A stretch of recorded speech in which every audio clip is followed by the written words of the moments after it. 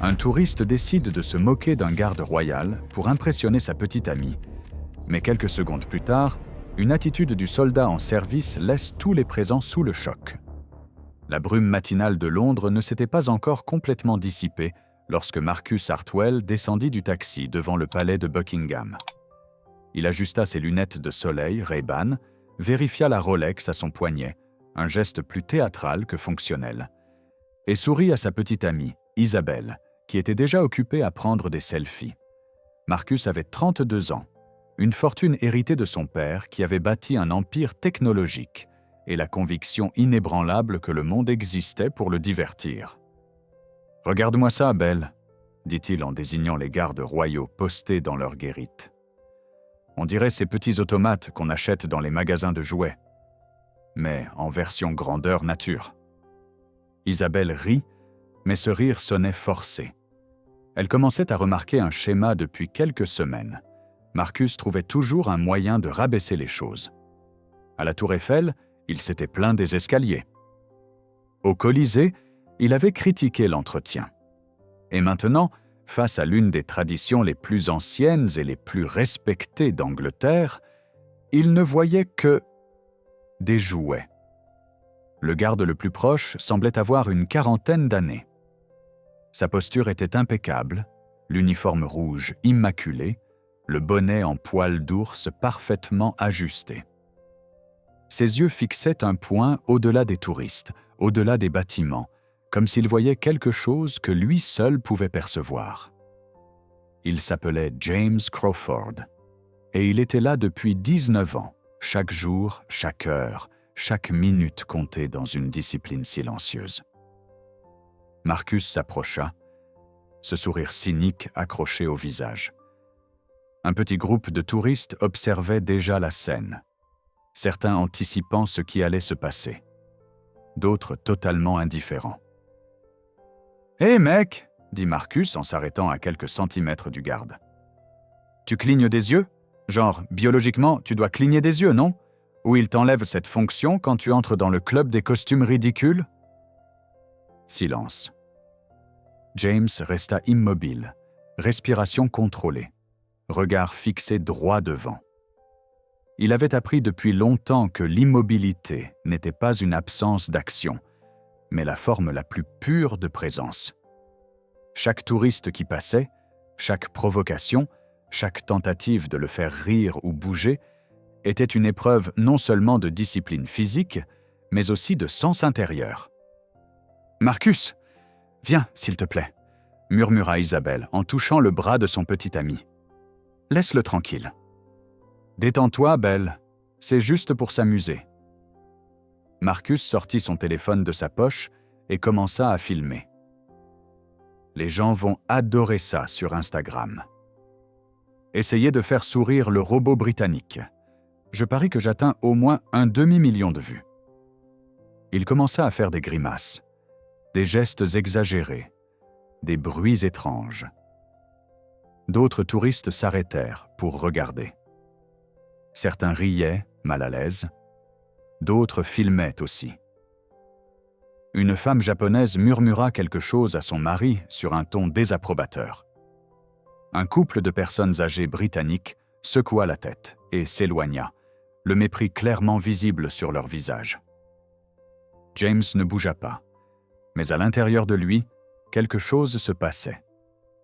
Pas de la colère, il avait appris à ne plus laisser de place à la colère depuis des années. C'était plutôt une tristesse calme. Il pensa à son fils, Daniel, qui avait 7 ans.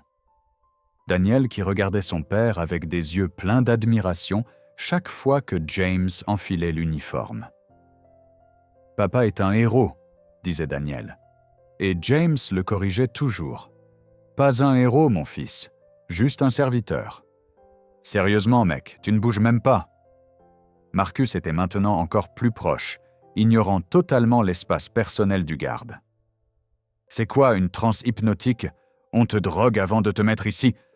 Parce que ce n'est pas naturel.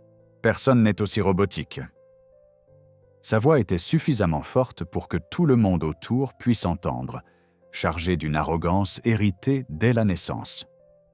Marcus avait grandi dans une bulle où sa volonté faisait loi, où les employés étaient invisibles et où le respect était quelque chose qu'il recevait, jamais quelque chose qu'il devait offrir. Isabelle se sentait de plus en plus mal à l'aise. Elle avait rencontré Marcus lors d'un gala de charité à New York 6 mois plus tôt. Il était charmant, beau, bien habillé. Toutes les cases superficielles étaient cochées. Mais ces derniers temps, elle commençait à voir au-delà de l'emballage. Et ce qu'elle voyait n'était pas particulièrement séduisant.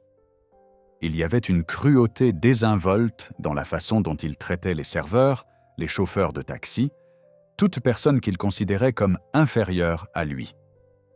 Elle avait rationalisé, justifié, trouvé des excuses.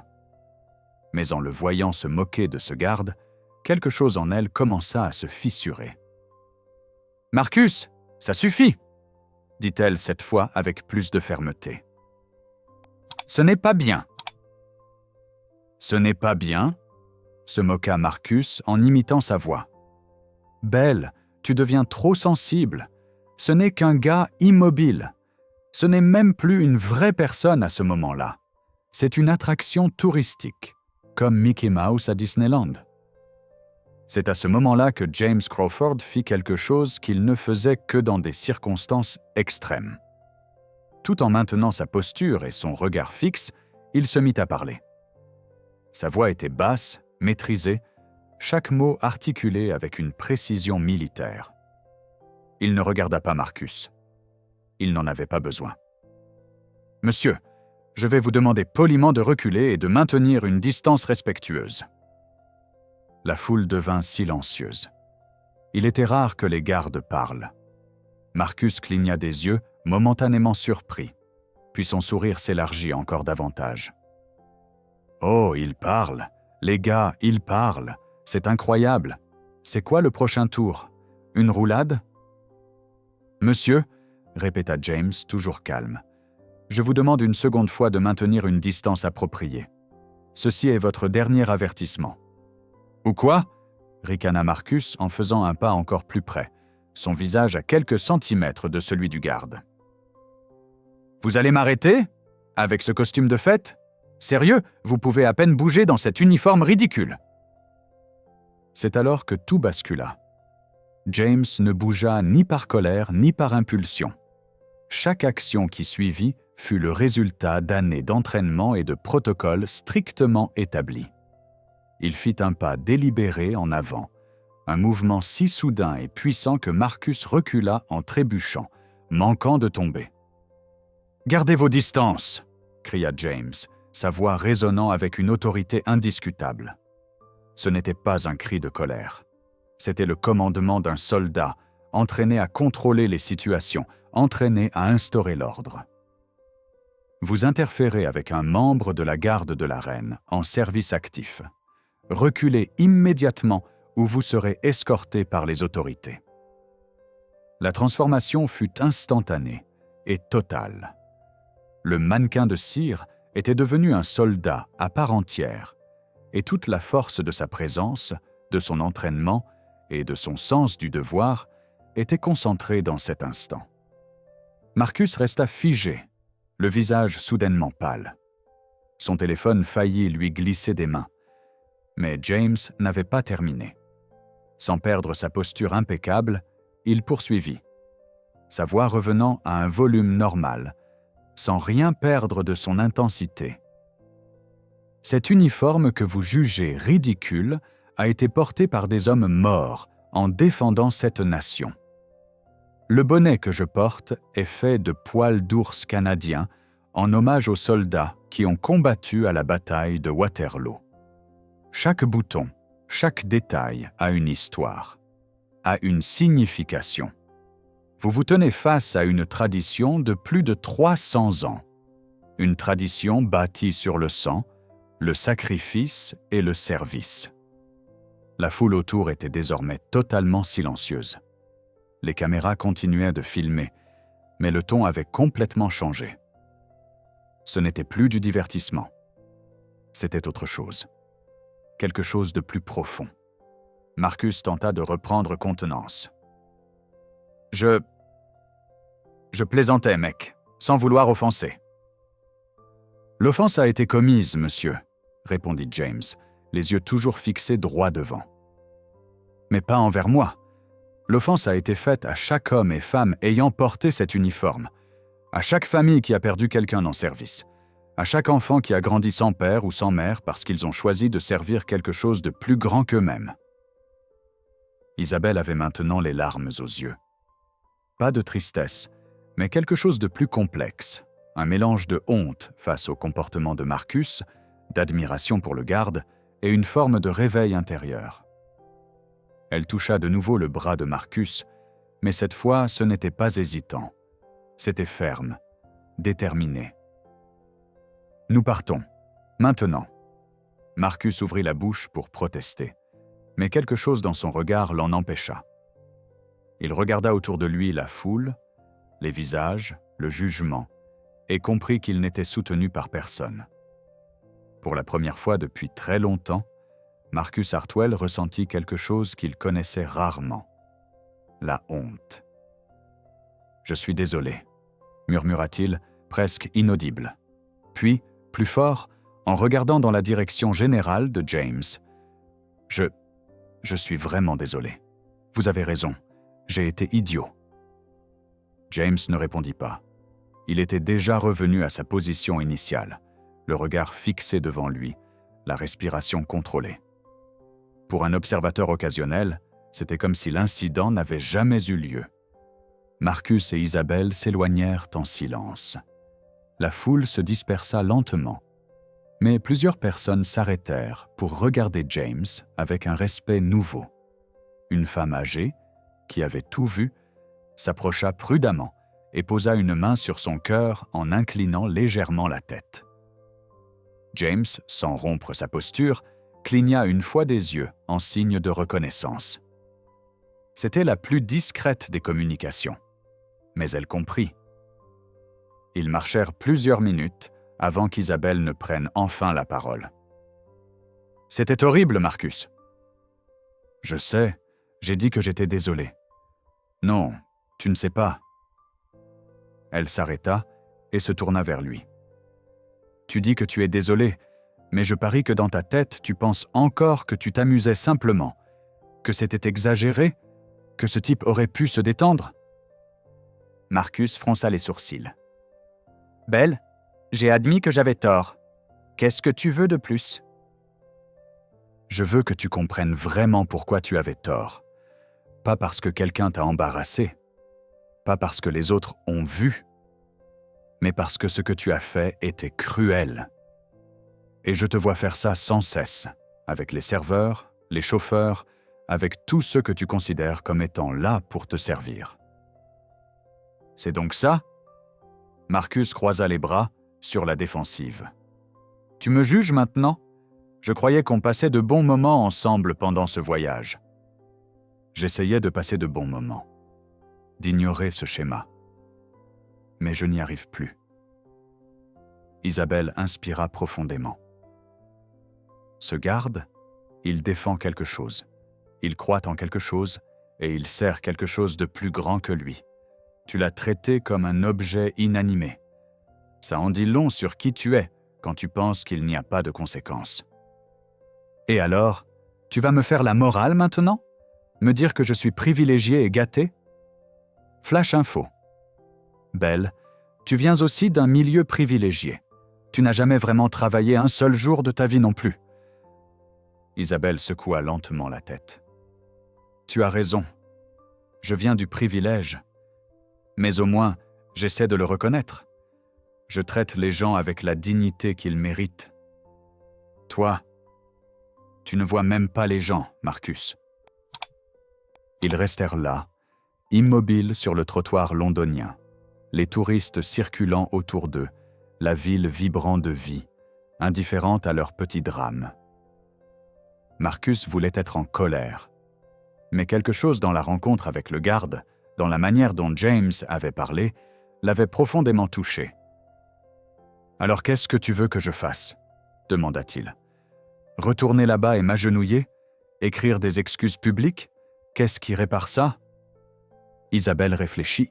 « Honnêtement, je ne sais pas si ça se répare, mais peut-être que ça commence par te demander pourquoi tu avais besoin de faire ça. Pourquoi rabaisser cet homme?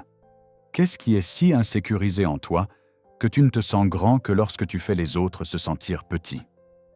Marcus n'avait pas de réponse. Ou peut-être en avait-il une, mais il n'était pas prêt à l'admettre. Ils reprirent leur marche en silence, mais une distance s'était installée entre eux. Une distance qui ne se mesurait pas en mètres. Pendant ce temps, de retour au palais de Buckingham, James Crawford restait à son poste. Son service se terminerait dans 40 minutes. Ensuite, il rentrerait chez lui, retirerait son uniforme avec le même soin qu'il l'avait enfilé et prendrait son fils Daniel dans ses bras. Il ne parlerait pas du touriste arrogant à Daniel. Ce n'était pas nécessaire. Mais lorsque Daniel demanderait, comme il le faisait toujours, « Comment était le travail, papa ?» James sourirait et répondrait « C'était une journée de service, mon fils, et servir est un privilège. » Parce que James Crawford comprenait quelque chose que Marcus Hartwell commençait à peine à entrevoir. Chacun mérite d'être traité avec dignité et respect. 3 heures plus tard, Marcus était assis seul dans un pub de Notting Hill. Isabelle avait dit qu'elle avait besoin de temps pour réfléchir et était retournée à l'hôtel. Il commanda son 3e whisky, chacun descendant un peu plus facilement que le précédent. Le pub était de style traditionnel, boiseries sombres, miroirs anciens, odeur de bière renversée et d'histoire. Un tableau au mur représentait des soldats britanniques de différentes époques. Marcus se surprit à le fixer, ses yeux suivant les visages sérieux, les uniformes impeccables. Des visages jeunes, pour beaucoup. Des hommes qui avaient choisi quelque chose. Il n'arrivait même pas à formuler exactement quoi. Intéressant, n'est-ce pas? Une voix à côté de lui le fit se tourner. C'était un homme plus âgé, peut-être dans la 60aine, cheveux gris soigneusement coupés, posture droite même assis sur le tabouret du bar. Il portait un simple pull, mais il y avait quelque chose dans sa présence. « Pardon ?» demanda Marcus. L'homme désigna le tableau. Les visages. Je suis toujours fasciné par les visages. Tant de jeunes, mais on voit en eux quelque chose. Un sérieux, un engagement.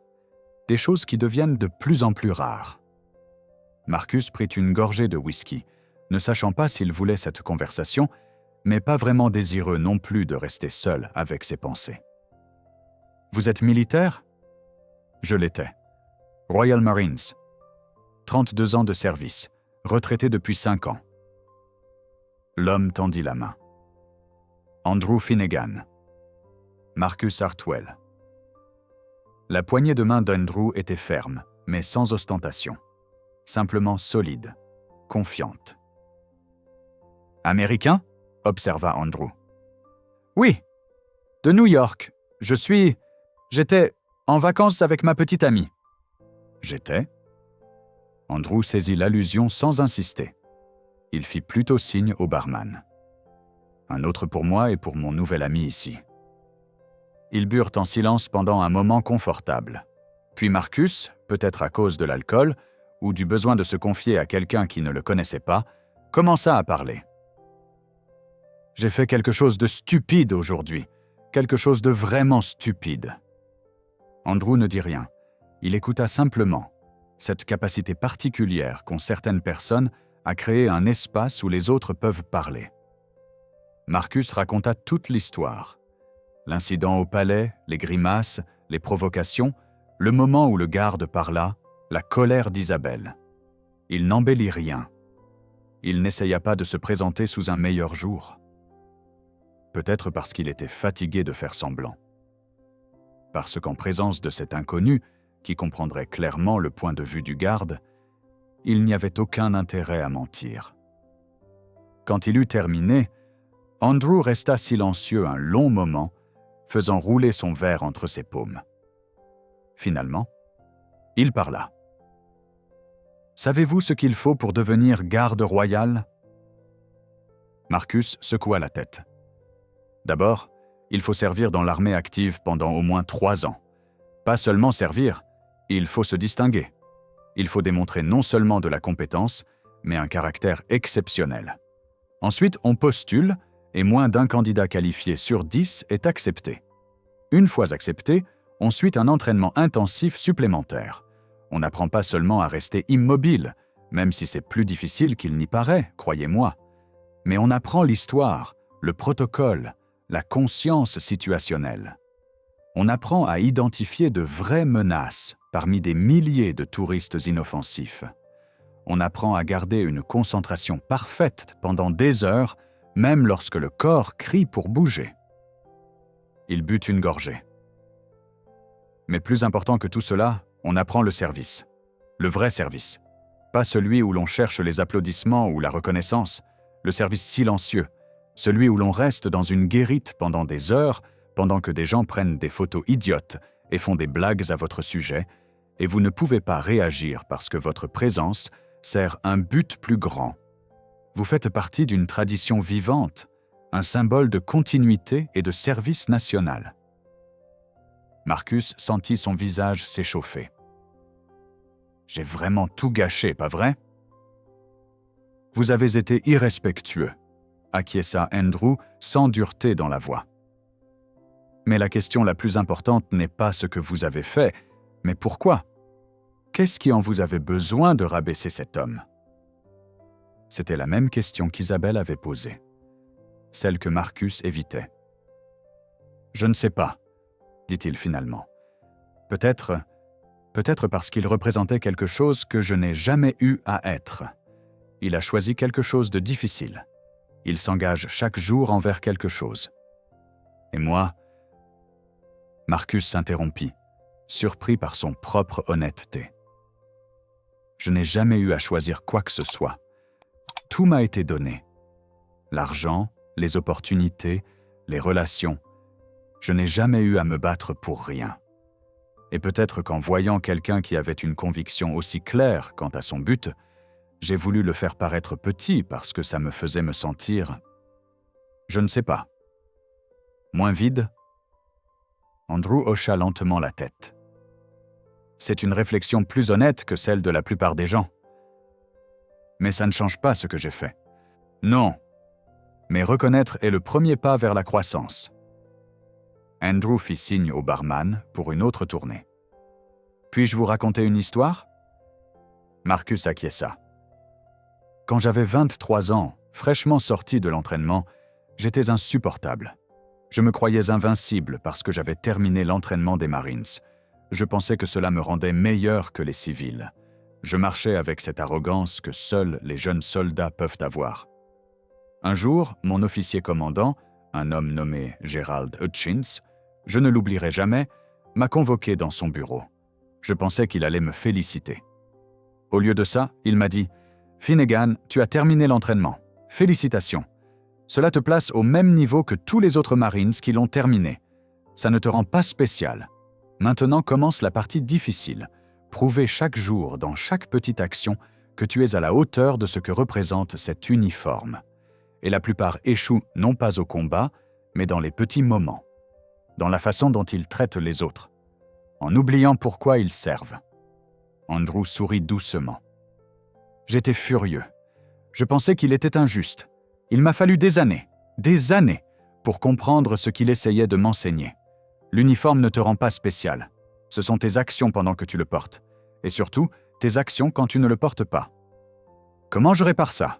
demanda Marcus. « Comment je deviens moins celui que j'ai été aujourd'hui ?» Andrew réfléchit soigneusement. Il n'y a pas de réponse simple. Mais ça commence par reconnaître que les autres, toutes les autres personnes, ont autant de profondeur et de complexité que vous. Ce garde n'est pas un personnage dans votre histoire Instagram. Il est le protagoniste de sa propre histoire compliquée. Il a un fils qu'il adore. Il a des peurs et des espoirs. Il a des moments de doute. Mais il a choisi, encore et encore, de servir quelque chose de plus grand que son propre confort. Cela mérite le respect. Tout le monde mérite ce niveau de respect de base. jusqu'à preuve du contraire par ses propres actions. « Et les gens qui servent » insista Marcus. « Comme ce garde, comme vous. Qu'est-ce qui vous motive? Comment faites-vous » Andrew resta silencieux un long moment, regardant son verre. Quand il parla, il y avait quelque chose de presque révérencieux dans sa voix. Pour moi, cela a toujours été lié à quelque chose que mon grand-père m'a dit. Il a servi pendant la Seconde Guerre mondiale. Il m'a dit « Andrew, la vie te donne 2 choix fondamentaux. Tu peux passer ta vie à prendre ou tu peux la passer à donner. Les 2 sont difficiles à leur manière, mais un seul te permet de te regarder dans le miroir et d'aimer sincèrement l'homme qui te regarde en retour. » Ça m'est resté. Le service, le vrai service, ce n'est pas le sacrifice ou le martyre. C'est trouver du sens à travers la contribution. Faire partie de quelque chose qui continuera bien après toi. Chaque fois que je restais debout à mon poste, fatigué, inconfortable, souhaitant pouvoir bouger, je me rappelais « Je ne suis pas ici pour moi. Je suis ici pour quelque chose de plus grand. » Et cette conscience transformait l'inconfort physique en quelque chose qui comptait. Des larmes montèrent aux yeux de Marcus. « J'ai gaspillé tellement de temps, » murmura-t-il.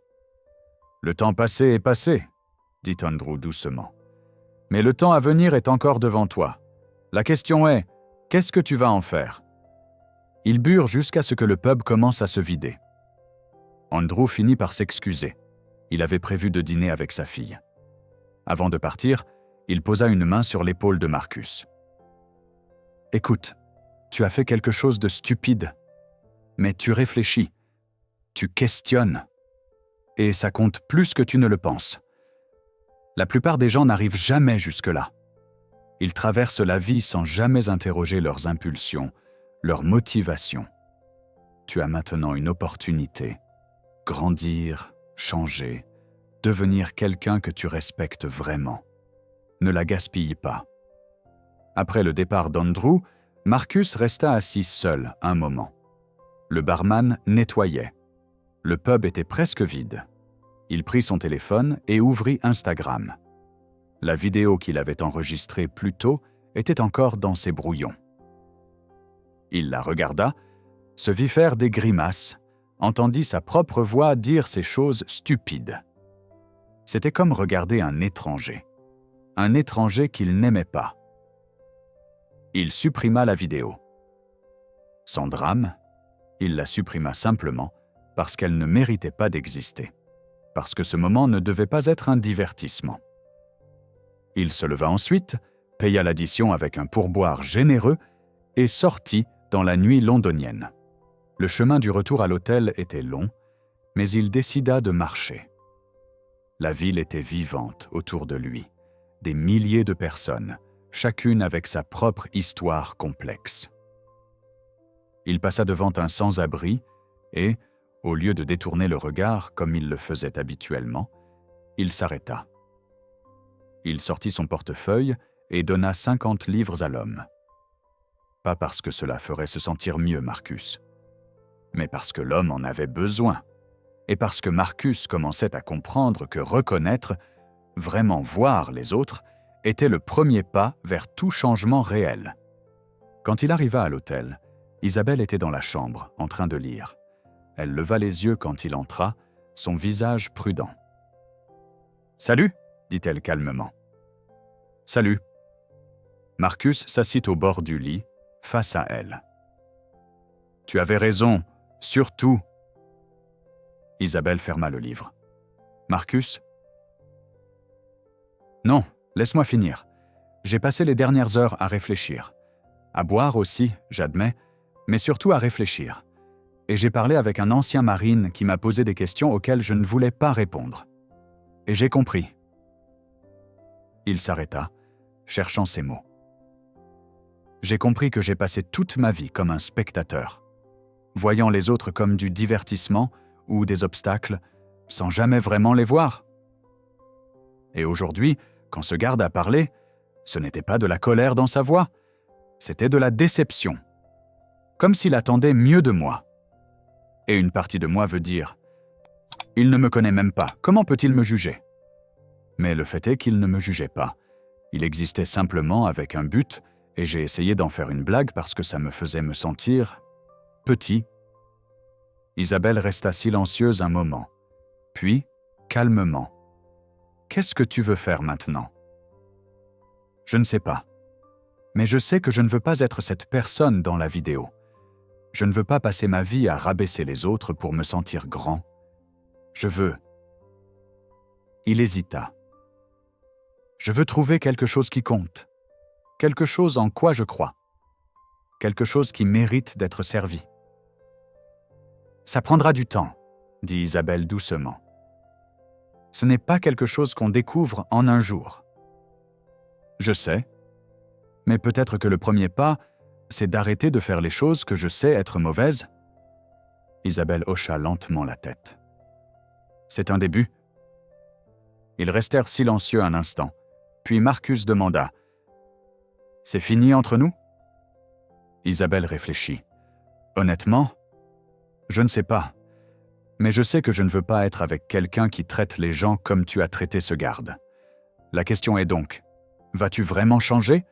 Ou est-ce juste ce que tu dis parce que c'est ce que je veux entendre ? » Je ne sais pas si je vais changer, admit Marcus, mais je veux essayer. Pour la première fois, je veux vraiment essayer. C'était la réponse la plus honnête qu'il pouvait donner. Et pour l'instant, c'était suffisant. Le lendemain matin, avant de quitter Londres, Marcus fit quelque chose qu'Isabelle n'attendait pas. Il insista pour retourner au palais de Buckingham. Pas pour une photo, pas pour un selfie, juste pour rester et observer. Ils restèrent là presque 1 heure. Le garde de la veille n'était pas là. Des tours différents, supposa Marcus, mais un autre y était. Il semblait plus jeune, peut-être une 30aine d'années. Marcus observa la façon dont il se tenait, la discipline inébranlable, la présence silencieuse. Il regarda d'autres touristes s'approcher, certains respectueux, d'autres moins. Et il observa, comprenant enfin qu'il ne regardait pas seulement un homme en uniforme, mais un choix. Quand ils s'éloignèrent enfin, Isabelle prit sa main. « Merci d'avoir fait ça. »« Il le fallait, » répondit Marcus simplement. Le vol de retour vers New York fut silencieux. Marcus ne dormit pas. Il regarda par le hublot, observant l'océan défiler en dessous, pensant à qui il était et à qui il voulait devenir. Il pensa au garde James Crawford, à Andrew Finnegan, à tous ceux qui avaient trouvé un sens à travers le service. Et pour la première fois de sa vie, Marcus Hartwell envisagea la possibilité que la richesse et le privilège ne suffisent pas. Le vrai sens venait de ce que l'on était prêt à donner, et non de ce que l'on possédait. C'était une pensée effrayante, une pensée inconfortable. Mais aussi, réalisa Marcus avec surprise, une pensée pleine de possibilités. Dans les commentaires, je veux savoir, as-tu déjà été Marcus ? As-tu déjà rabaissé quelqu'un pour te sentir plus grand ? Ou peut-être as-tu été James ? As-tu gardé ta dignité lorsque d'autres ont tenté de te la retirer ? Partage ton histoire. Cet espace est sûr pour l'honnêteté, pas pour le jugement. Si tu es arrivé jusqu'ici, écris « touriste perdu » en commentaire pour que je le sache et que je laisse un joli cœur sur ton message. N'oublie pas de t'abonner à la chaîne et de laisser ton like.